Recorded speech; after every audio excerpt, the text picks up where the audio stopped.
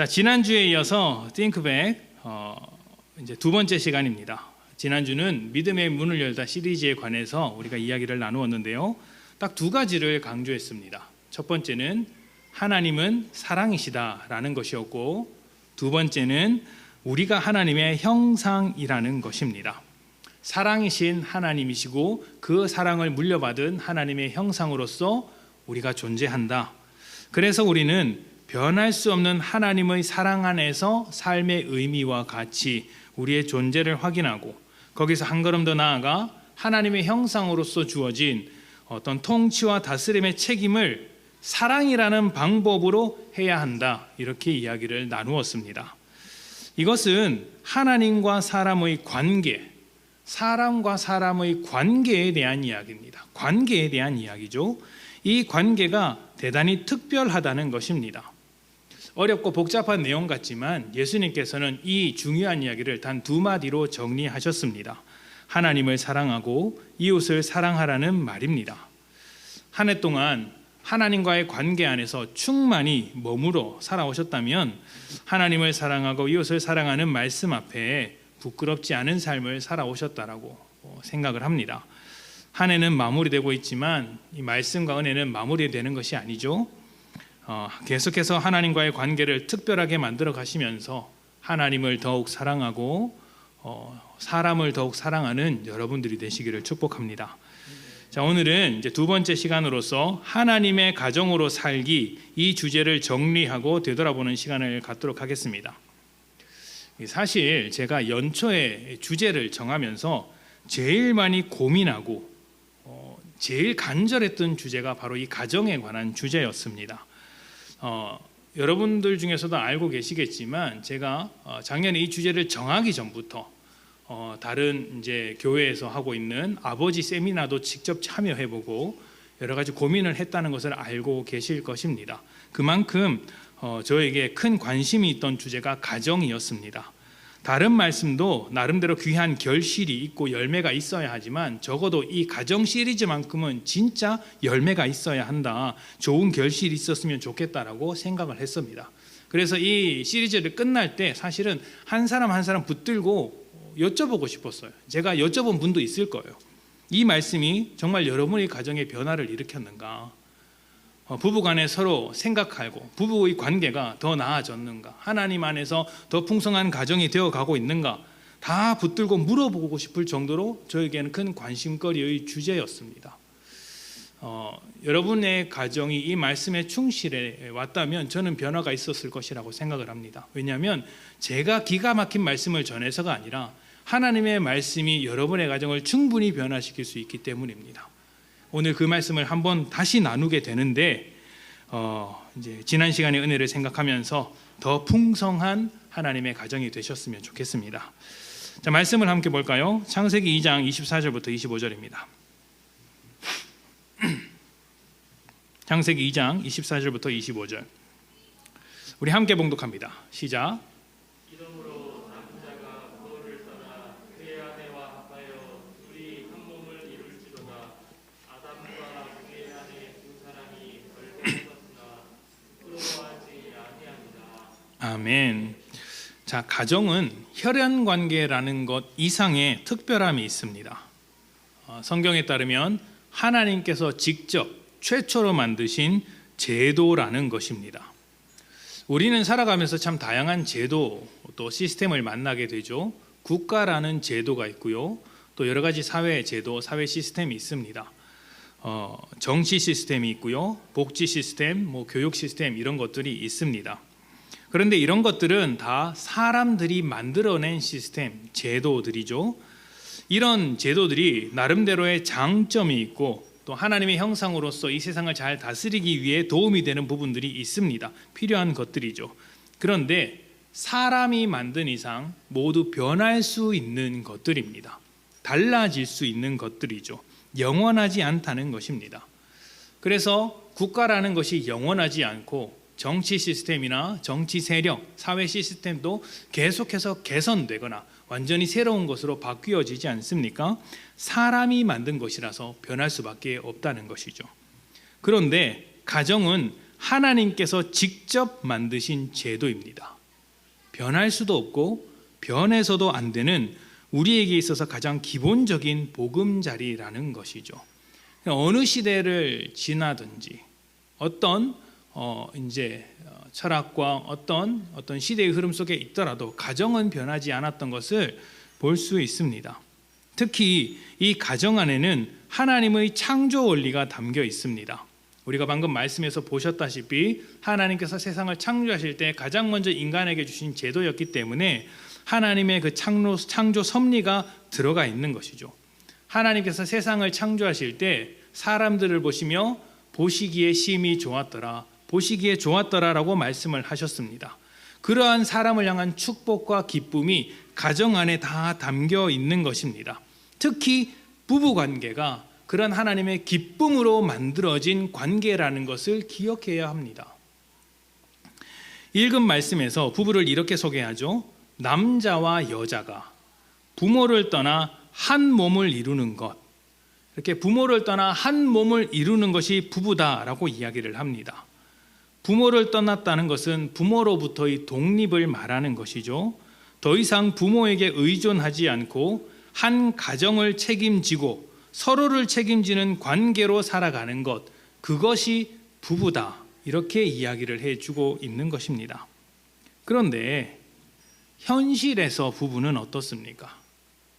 서로를 책임지며 서로 돕는 관계가 아니라 자기의 책임을 떠넘기는 관계가 되고 있습니다. 자기를 위해서 배우자를 이용해 먹는 관계가 되어버린 것입니다. 나를 위해서 남편을 혹은 아내를 속이고 이용해 먹고 아닌 것처럼 입 싹 닫고 행동하는 경우가 많지 않습니까? 이것은 자기 중심성에 갇혀 있는 죄인들의 특성입니다. 죄인은 모두 자기 중심적으로 살아가게 돼 있는 것이죠. 왜냐하면 죄인은 하나님을 버리고 하나님을 떠난 사람들이기 때문입니다. 하나님을 떠난 사람은 더 이상 하나님을 중심으로 살지 않고 자기를 중심으로 살아갑니다. 그래서 모든 판단의 기준이 어디에 있느냐면 나에게 만족을 주느냐 안 주느냐로 판단하는 거예요. 어떤 것이 있더라도 내게 만족을 주면 좋은 것이고 내게 만족을 주지 않으면 좋지 않은 것, 이렇게 판단을 하는 것입니다. 그래서 내 만족을 위해서, 내 기쁨을 위해서 남편과 아내를 이용해 먹는 지경에 이른 것입니다. 특히 시대가 그렇게 만들어가고 있습니다. 1인 가정이 점점 늘어가고 비혼과 이혼에 대해서 큰 고민 없이 결정해버리는 것도 결혼을 자기 만족이라는 관점으로만 바라보기 때문입니다. 상대방이 나에게 만족을 줄 것이라는 확신이 들지 않아서, 상대방이 나에게 만족보다는 실망을 줄 것 같아서 결혼 자체를 포기해버리는 것이죠.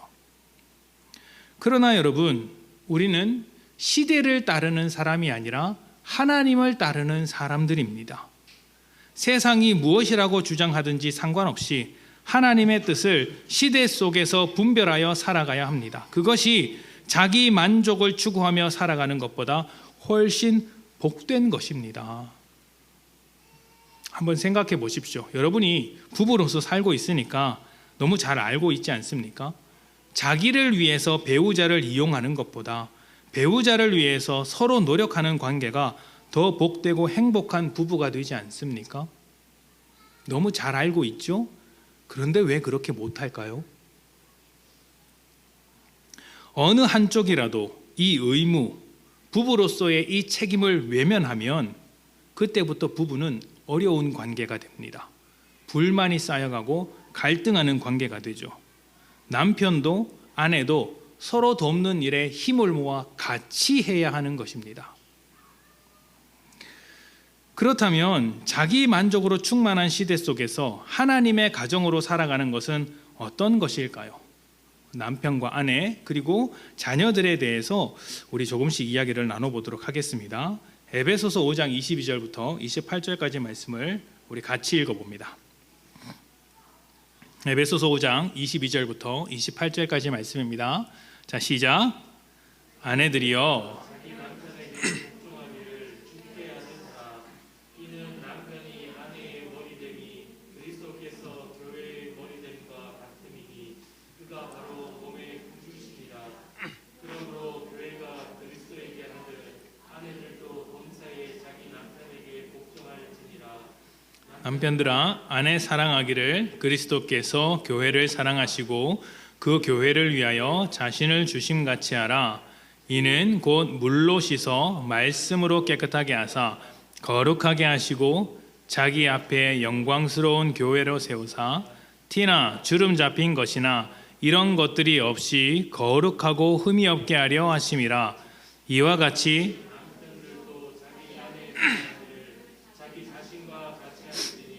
자기 아내를 사랑하는 자는 자기를 사랑하는 것이라. 아멘. 사람은 누구나 자기가 보고 싶은 것을 보는 경향이 있죠.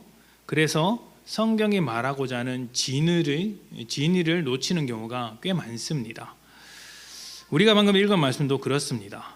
거의 대부분 남편들은 어떤 말씀에 눈이 확 들어올까요? 어떤 말씀에 눈이 번쩍 뜨일까요? 남편에게 복종하라. 성경책이 이런 말씀만 있으면 얼마나 좋을까. 네, 이 아멘 하면 이제 곤란한 거예요. 자, 아내들도 그렇죠. 아내들은 어떤 말씀에 눈이 확 뜨입니까? 자기 아내를 사랑하라 이렇게 말을 하죠. 이게 참 재미있는 말씀인 것 같아요. 왜냐하면 아내들한테는 자기 남편에게 복종하라 이런 말이 없습니다. 그런데 남편들에게는 자기 아내를 사랑하라 이렇게 이야기합니다. 무슨 의미일까요? 남의 은혜를 사랑하지 말라는 것이겠죠. 그런 의미도 있겠죠. 그런 생각이 들었어요. 말씀을 보다가.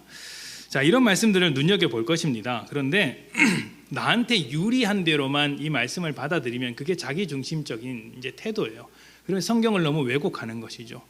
성경은 이제 아내에게 복종하라, 남편에게는 아내를 사랑하라 이렇게 어떤 명령조로 명령과 같이 법률과 같이 말하는 것이 아니라 하나의 원리를 이야기하고 있는 것입니다. 그리고 이 두 가지는 사실 같은 말이에요. 에베소서 5장 21절을 봅시다. 우리가 22절부터 읽었는데 바로 앞에 무슨 말씀이 있는지 한번 봅시다. 자, 시작. 그리스도를 경외함으로 피차 복종하라. 아멘. 그리스도를 경외함으로 피차 무엇을 하라고요? 복종하라. 그러니까 피차 복종하고 피차 사랑하라는 말씀의 맥락 속에서 남편과 아내에 대한 이야기가 나오는 것입니다. 그러니까 남편에게 복종하라는 말은 동시에 아내에게 복종하라는 명령이기도 합니다. 또 아내를 사랑하라는 말 역시 남편을 사랑하라는 말과 같은 말이에요. 부부는 서로 복종하고 서로 사랑하는 관계여야 한다고 말하고 싶은 것입니다. 중요한 것은 이 점인데요. 복종하라, 사랑하라고 했을 때 이 복종과 사랑을 어떻게 이해해야 하느냐입니다. 전에도 말씀을 드린 적이 있는데 성경에서 사용하는 단어들이 우리가 일상생활에서 사용하는 단어와 똑같다고 해서 그 의미마저도 똑같다고 생각해서는 곤란합니다. 그러니까 우리가 사랑, 복종 이렇게 말하는 것과 성경에서 사랑, 복종을 이야기하는 것이 전혀 다를 수 있다는 거예요. 그래서 우리는 성경 속에서 사랑의 의미가 무엇인지, 복종의 의미가 무엇인지를 찾아내어야 합니다. 하나님의 활동, 예수 그리스도의 어떤 일하심을 통하여서 그 의미를 발견해내는 것이죠. 에베소서 5장 1절과 2절 말씀을 봅시다. 함께 봉독합니다. 자, 시작.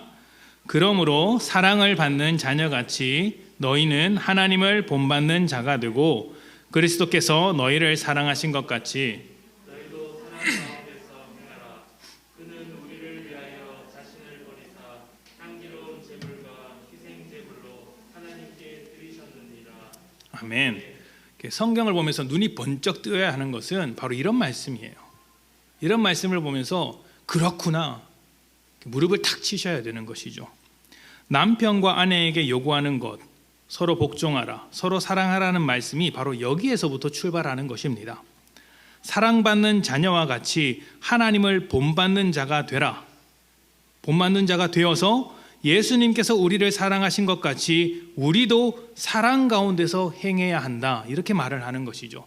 하나님을 본받아서 예수님의 사랑으로서 살아가라.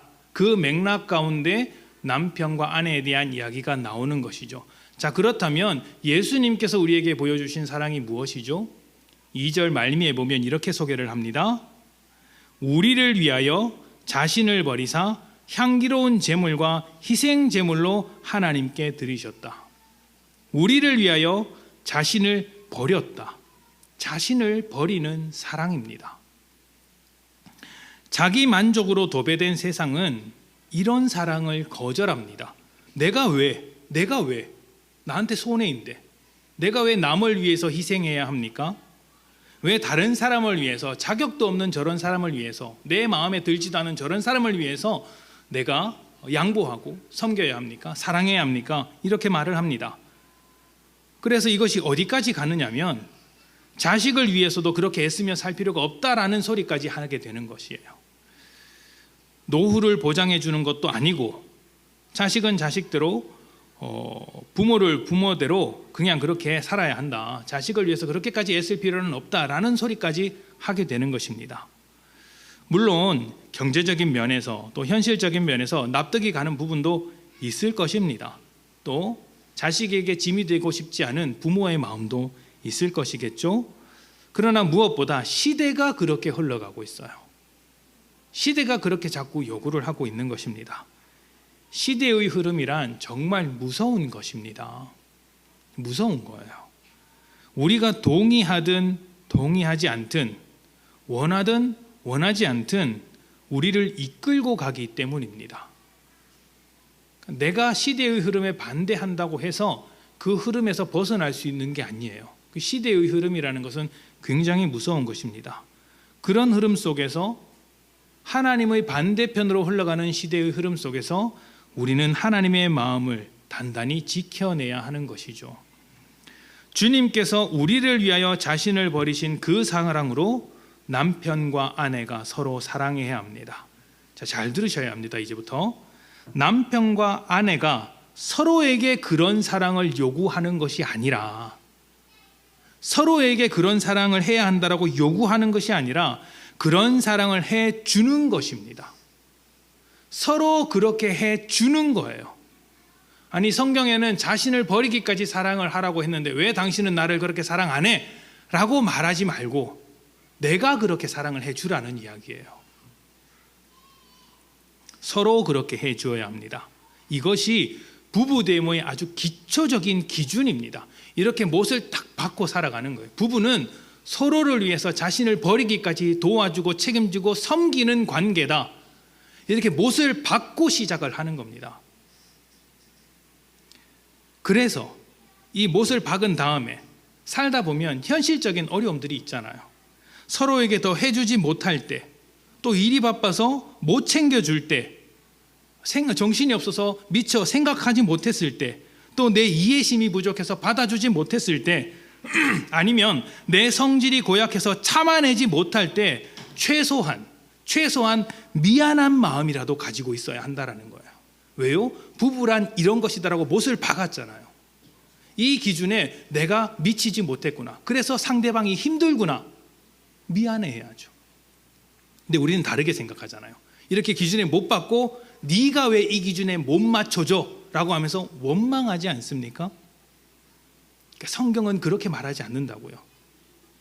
자신을 버리사 사랑하는 게 부부됨의 기초고 그것을 통해서 부부를 이해해야 한다.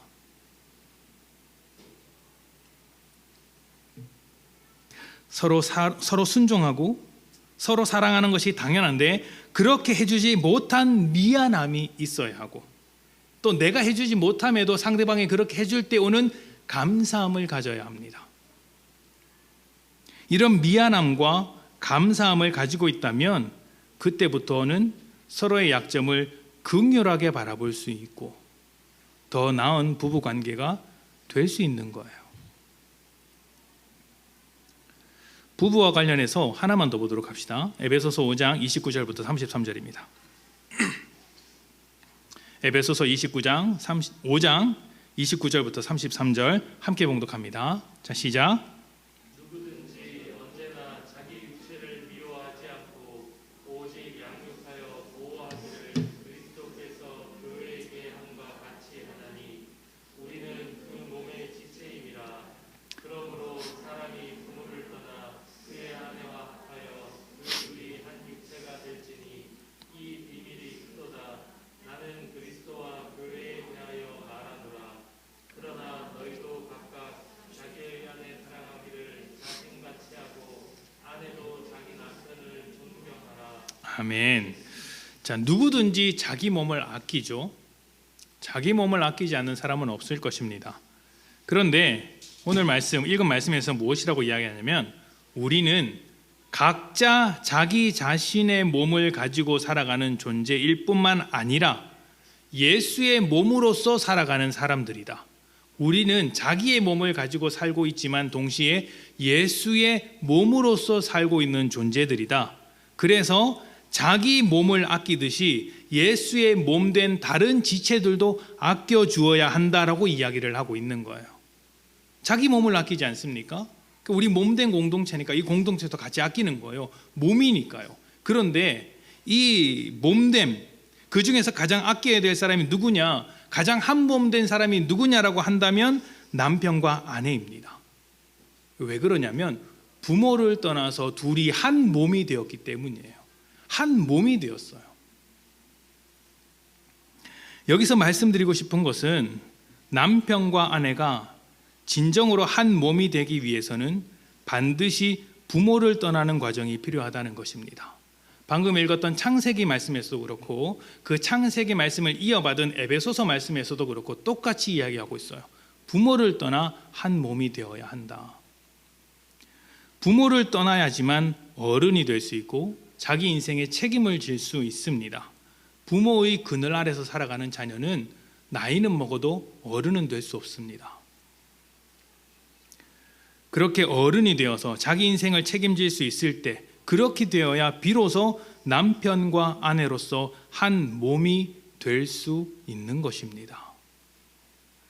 정서적으로나 경제적으로나 육체적으로나 부모로부터 벗어나야 합니다. 정서적으로 부모에게 매달려 있으면 또 경제적으로 부모에게 매달려 있고 육체적으로도 부모에게 매달려 있으면 어린아이입니다.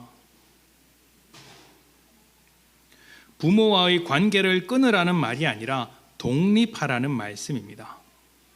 고생을 하더라도 부부가 같이 고생을 해야지 부모가 끼어들면 부부관계가 잘 되는 경우가 거의 없습니다. 거의 없습니다. 결혼한 자식을 둔 부모가 계시다면 자식 부부의 일에 끼어들 생각을 하시면 안 됩니다.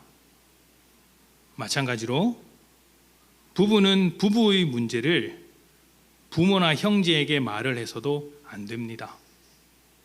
부부 안에서 먼저 해결을 해야 합니다.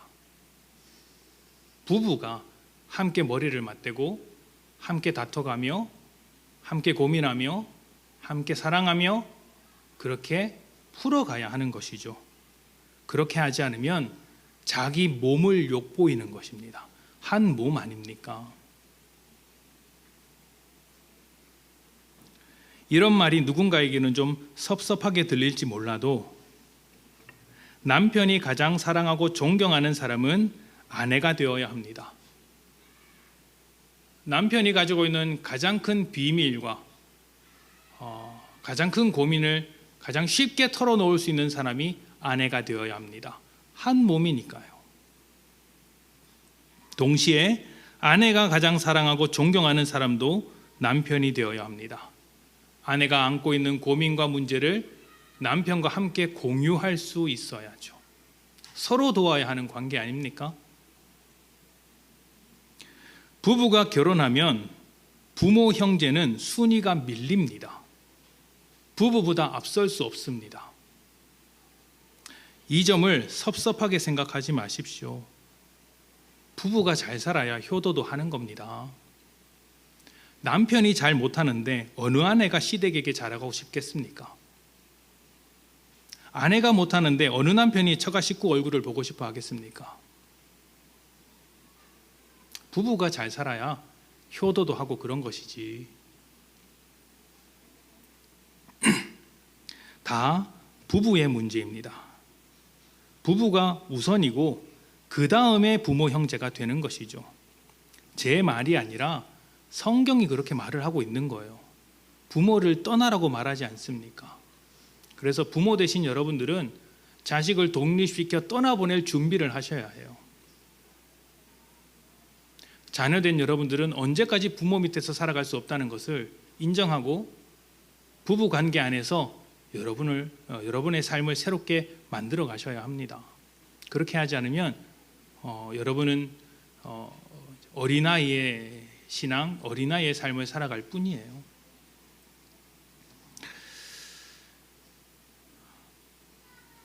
부모로부터 떠나야 온전한 부부가 된다는 것을 기억하십시오. 부모로부터 떠나게 되어서 삶의 결핍이 생긴다면 그렇더라도 서로 돕고 서로 채워주고 서로 위로함으로써 온전한 하나가 되는 것입니다. 여러분의 가정이 꼭 그렇게 되시기를 축복합니다. 자, 이제 마지막으로 자녀에 대한 이야기를 좀 해볼까요? 에베소서 6장 1절부터 4절입니다. 자, 함께 봉독합니다. 6장 1절부터 4절. 자, 시작. 자녀들아 주 안에서 너희 부모에게 순종하라. 이것이 옳으니라. 내 아버지와 어머니를 공경하라. 이것은 약속이 있는 첫 계명이니 이로써 내가 잘되고 땅에서 장수하리라. 또 아비들아 너희 자녀를 노엽게 하지 말고 오직 주의 교훈과 훈계로 양육하라. 아멘.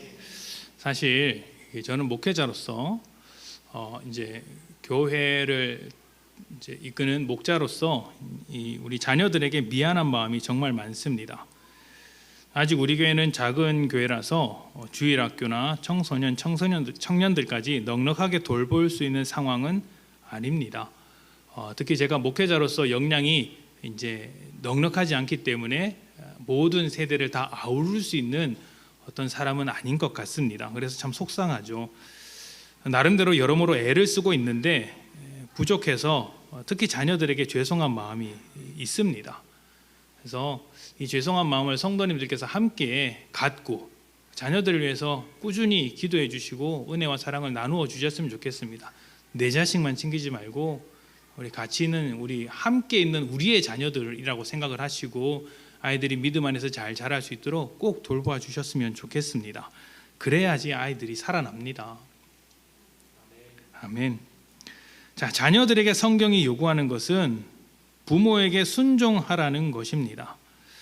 자, 이것을 제 나름대로 바꿔서 설명해 보자면 부모와의 관계를 좋게 만들어라. 부모와의 관계를 평안하게 만들어라. 이렇게 설명드리고 싶습니다.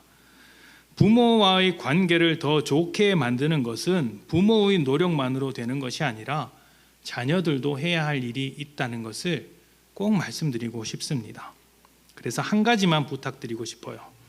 부모님께서 자녀들에게 해주시는 모든 것이 당연한 것이 아니라는 것을 알았으면 좋겠습니다. 당연한 것이 아닙니다. 저절로 생기는 것들이 아닙니다.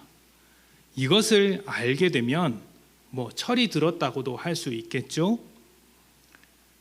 당연하게 생각하지 않아야 합니다. 말 그대로 부모가 인생을 갈아서 만든 것을 자녀들에게 베풀어 주는 것이죠. 그 희생을 받으면 여러분 감사하셔야 합니다. 당연한 것으로 받는 것이 아니라 감사해야 하는 것이에요. 감사가 관계를 더 좋게 만듭니다. 부부 간에도 감사가 있어야 하지만 부모 자식 간에도 감사하는 마음이 있어야 합니다. 제가 설교를 준비하면서 요 다음 그 내용을 할까 말까 고민을 좀 했어요. 이게 굉장히 부정적인 내용이거든요. 제가 어떤 주제가 나오면 딴지 걸고 시비 거는 걸 굉장히 잘합니다. 설교를 준비하다 보니까 이제 아이들이 부모에게 갖는 불만이 여러 가지가 있는데 그 중에 하나가 이제 가장 심한, 제가 보기에 가장 심각한 불만이 이런 것이었어요. 이제 그런 이야기를 한다는 거죠. 여러분도 해보신 적이 있을 것이고 들어본 적이 있을지도 모릅니다. 지금까지 엄마 아빠가 나한테 해준 게 뭐야? 이제 이런 말인 것이죠. 사춘기의 청소년들이 한 번씩 내뱉을 수 있는 말이고, 또 부모에게 속상한 마음을 가지고 있는 아이들이 이제 발끈하면서 내뱉을 수 있는 말이죠. 근데 제가 이런 말을 들으면 가만히 있는 성격이 아니죠. 그래서 이제 제가 그것을 보고 이제 고민을 하는 겁니다. 지금까지 이제 나한테 해준 게 뭐야? 그러면 이제 자녀들에게 이렇게 이야기하고 싶은 것이죠. 너는 지금까지 부모의 말을 들어본 적은 어디 있어? 너는 부모의 뱃속으로 나왔고 부모가 해주는 것을 먹고 살면서 왜 부모의 말을 듣는 것을 당연하게 생각하지 않아? 부모가 당연하게 해주는 것이라고 생각한다면 너도 부모의 말을 당연하게 들어야지. 너도 말을 안 들으면서 왜 부모에게는 그렇게 요구하는 게 많아? 왜 그게 당연한 거야? 이렇게 말해주고 싶었던 거예요. 이제 따져 묻는 거 잘하죠? 여러분의 자녀들이 그렇게 불만을 가지면 그렇게 대답을 하십시오. 내가 해주는 건 당연한 게 아니고 네가 내 말을 듣는 게 당연한 거다. 아멘. 아멘. 자, 우리 집사님께서도 그런 자녀가 되시기를 부탁드립니다.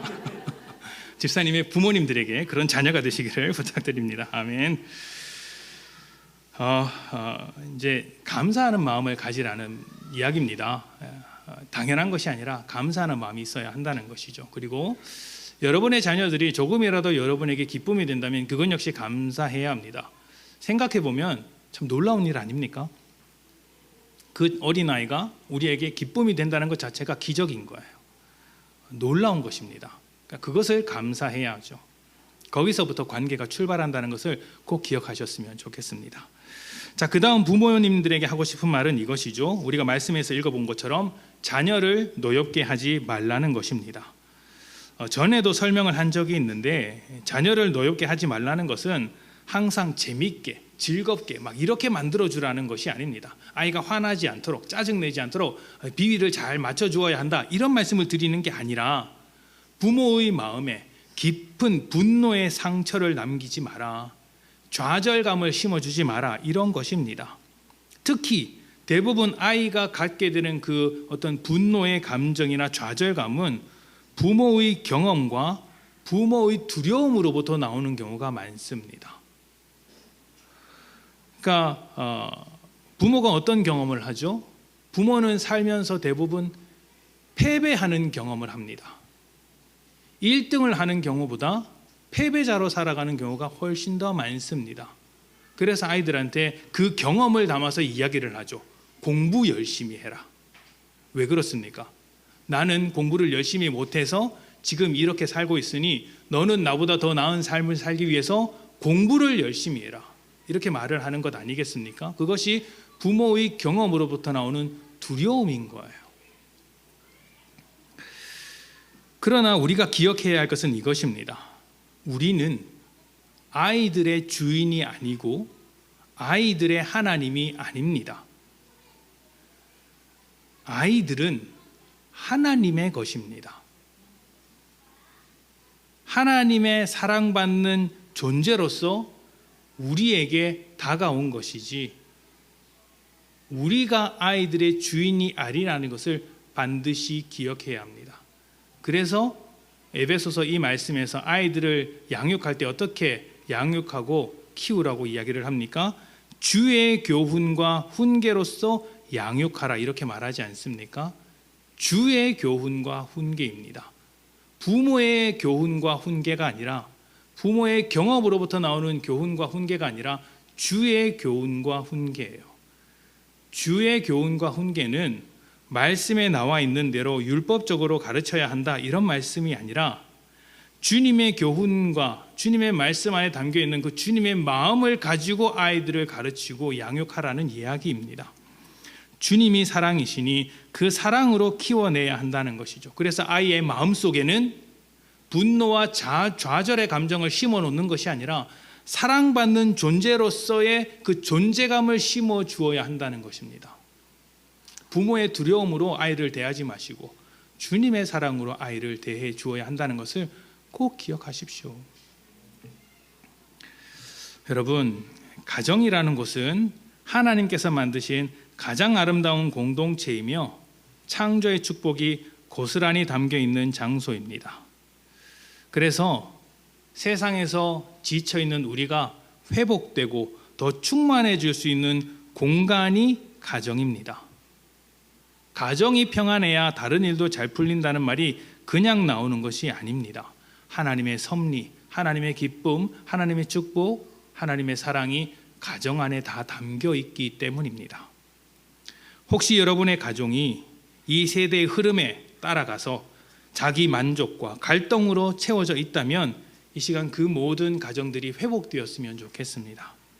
주 안에서 복된 가정이라면 더욱 풍성한 가정이 되었으면 좋겠습니다.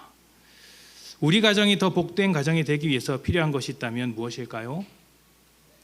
사실 오늘 모든 말씀에 딱 한 가지 중요한 전제가 있습니다.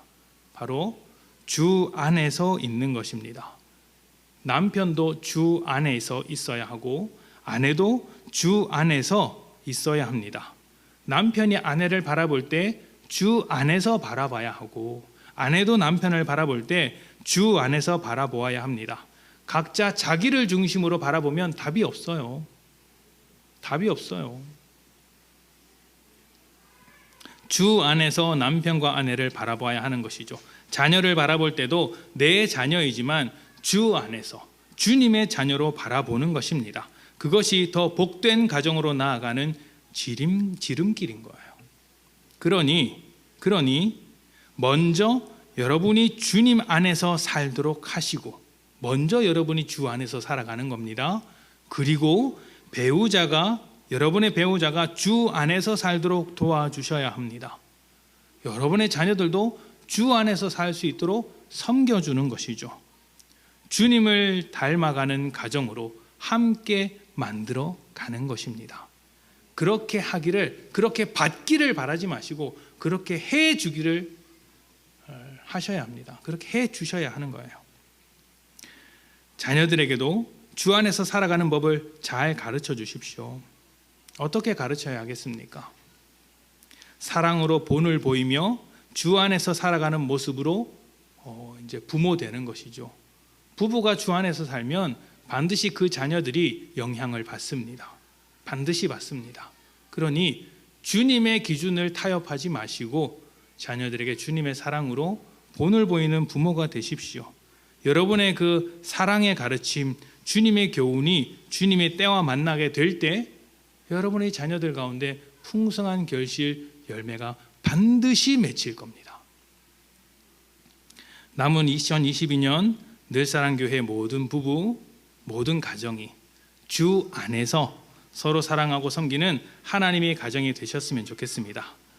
우리 모두 더 따뜻해지고 행복해지는 가정이 되시기를 축복합니다. 아멘.